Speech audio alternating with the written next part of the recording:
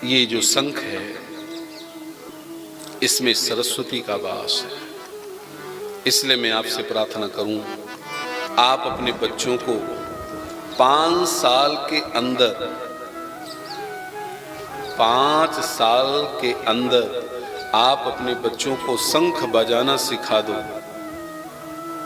और यदि आपने 5 साल तक बच्चे को शंख बजाना नहीं सिखाया तो याद रखना पूरा जीवन निकल जाएगा, फिर वो बालक कभी शंख नहीं बजा पाएगा।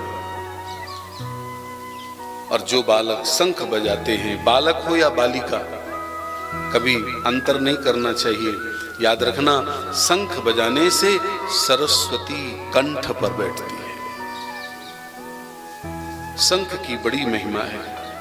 2 प्रकार के शंख होते हैं, एक दाहिनावर्ती शंख, एक बायावर्ती शंख।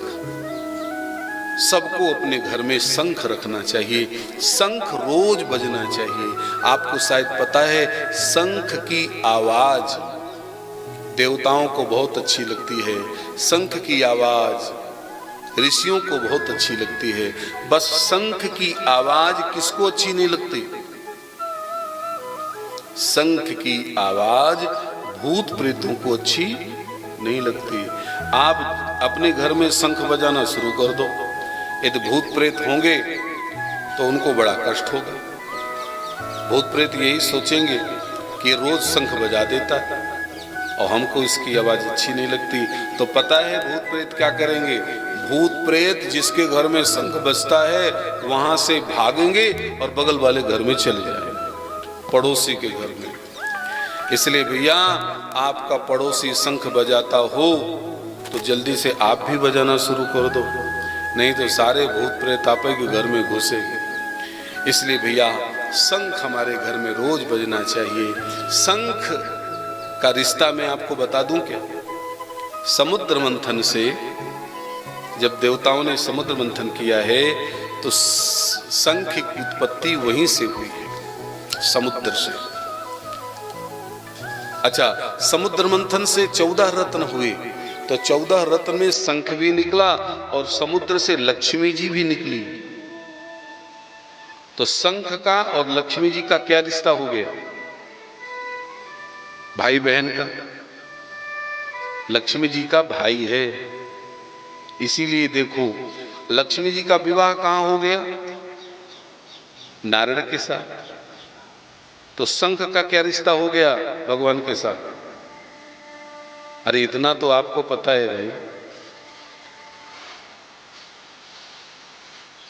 इसीलिए देखो भगवान अपने साले को अपने हाथ में रखते हैं।